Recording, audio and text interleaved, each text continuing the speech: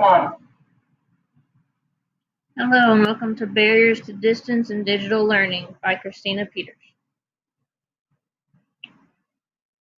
I work for an online charter school. So we see distance and digital learning issues all day long. So I've listed here the biggest issues that we see. Technological barriers, my Wi-Fi didn't work, my computer's not working, I left my computer at my mom's, etc. A big one is personal motivational barriers. They're unwilling to open the computer, and then we have to figure out how to get past that. Time management skills. Maybe they have a job and they have to learn how to devote time to learning. The last one is cultural barriers, which we've touched on in this class. If your mom isn't very supportive towards your online learning, she's not going to be very helpful. If their girlfriend or their friend is not very supportive of their wanting to get an education online, those are the cultural barriers that I see. As for what the research talks about, obviously there's way too many research articles for us to list, so I chose a couple that I thought were most important. There are multiple barriers to distance and digital learning.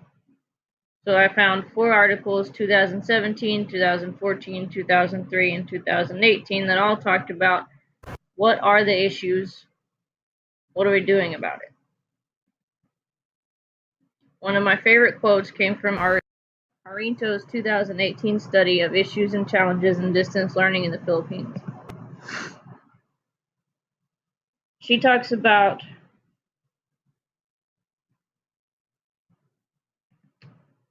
this digital learning being a generational shift. Rapid advances in information and communications technology have brought about significant changes in the field of distance education since the mid-1990s.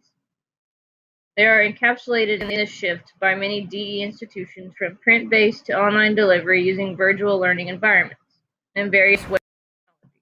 This has so altered the organization, practices, and cultures of DE that DE scholars have characterized it as a generational shift.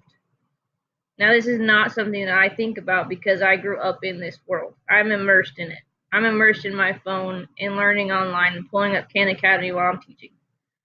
I don't think of it as a generational shift, but we need to think about it as a generational shift, due to how many people that this is a new concept, and we need to treat them with patience, figure out what their needs are, what their barriers are, and how we can help them get past that. I've got 2 specific article results here for you. 2017 study titled Adult Students' Problems in the Digital Learning discovered the following barriers: loss of learning skills, lack of experience in digital distance education, financial cost, lack of support by the family or employer, and a sense of hopelessness and irrelevance of their education.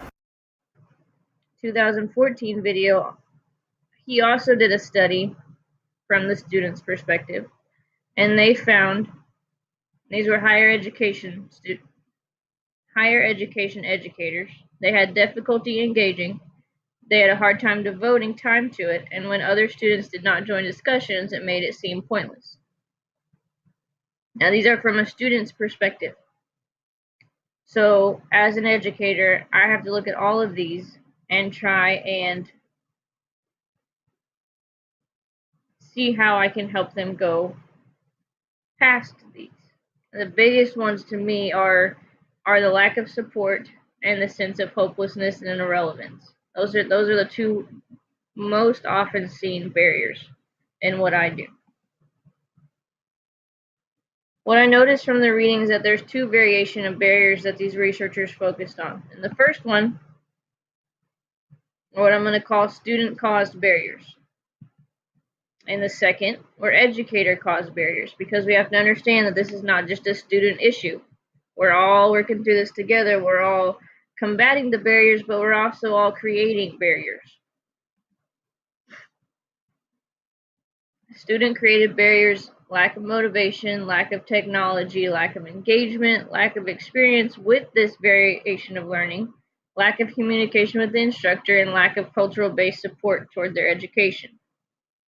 What it indicated as educator or institution-created barriers were not providing enough technology, lack of communication about the educator and student roles, lack of interesting material and engagement, insufficient student support, and financial burden.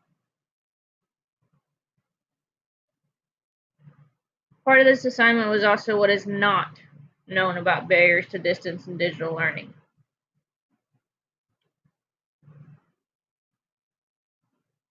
What I found multiple papers over is, are educators adequately prepared, adequately trained, and provided with enough time to fully develop an engaging and technologically appropriate course?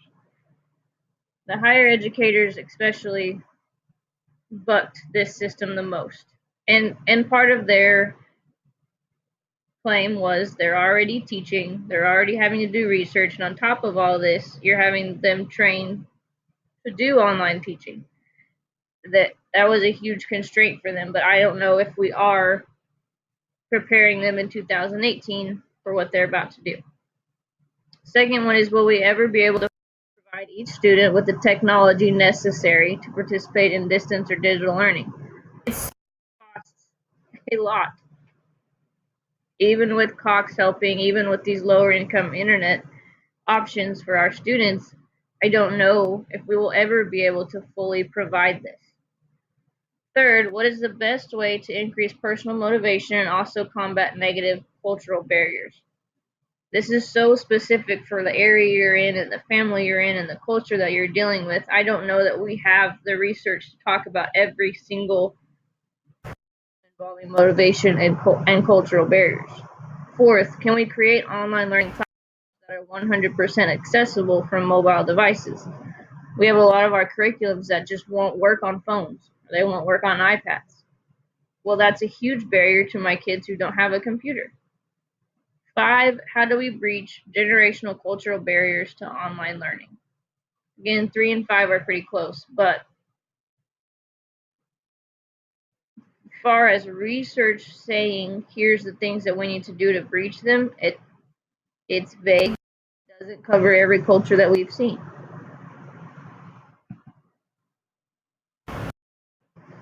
Thank you for listening. Please see the original page for your assignment for today. Thank you.